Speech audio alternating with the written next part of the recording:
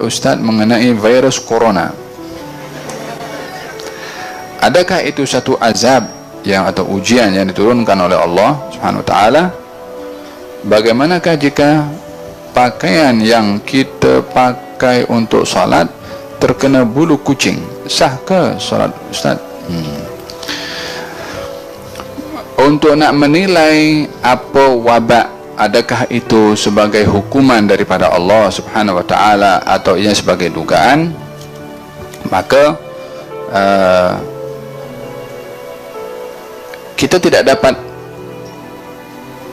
menilai apa yang menimpa sebagai satu hukuman langsung dari Allah Subhanahu wa taala, sehingga seakan-akan ini macam satu hantaran Allah kepada umat-umat yang diazab oleh Allah karena perbuatan mungkar mereka, seperti umat Nabi Lut, umat Nabi Hud dan umat Nabi Saleh yang dihantarkan bala langsung oleh Allah Subhanahu wa taala.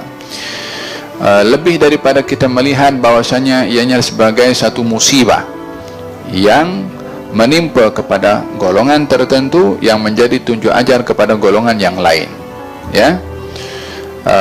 Wabak itu pernah menimpa hatta di zaman Sayyidina Umar bin Khattab radhiyallahu anhu, pernah berlaku ta'un, sehingga ramai daripada sahabat pun yang meninggal pada waktu itu. Wabak ataupun ta'un kalau berlaku tidaklah dilihat bahwanya sebagai suatu hantaran hukuman dari Allah, tapi ianya adalah merupakan satu dugaan, seperti mana orang-orang diduga oleh Allah dengan macam-macam. Ada orang diduga dengan kanser meninggal dunia, ada orang diduga dengan penyakit jantung meninggal dunia, ada orang diduga dengan sakit, ada meninggal, ada yang sehat, dan seterusnya, ya. Corona pun juga tidak lepas daripada musibah atau dugaan yang menimpa, yang itu perlu untuk disikapi, seperti mana di dalam Al-Quranul Karim Allah Subhanahu wa taala berfirman, "Idza asabathum musibatun qalu inna lillahi wa inna ilaihi raji'un," yakni menyikapinya dengan sabar bagi mereka yang ditimpa, dan juga mengambil iktibar, adakah ini semua berlaku dengan sendirinya ataukah berlaku dengan perbuatan orang yang pada masa yang sama.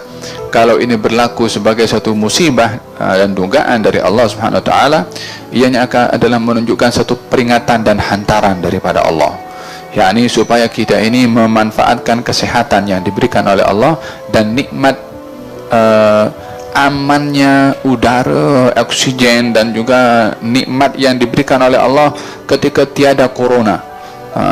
Ketika tiada corona orang banyak lupa. Ketika sekarang ada corona baru mulai sedar, takut ini takut itu, ya kan.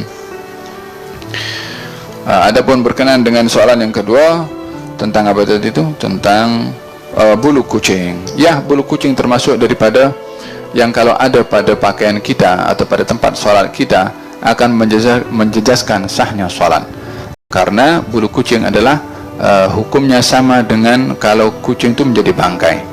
Kalau bangkai kucing najis, maka bulu kucing yang terlepas daripada badan kucing itu sendiri, ianya akan menjadi najis juga, atau tidak sah seorang sholat dengan adanya bulu kucing. Faham dong? Oleh sebab itu dielakkan daripada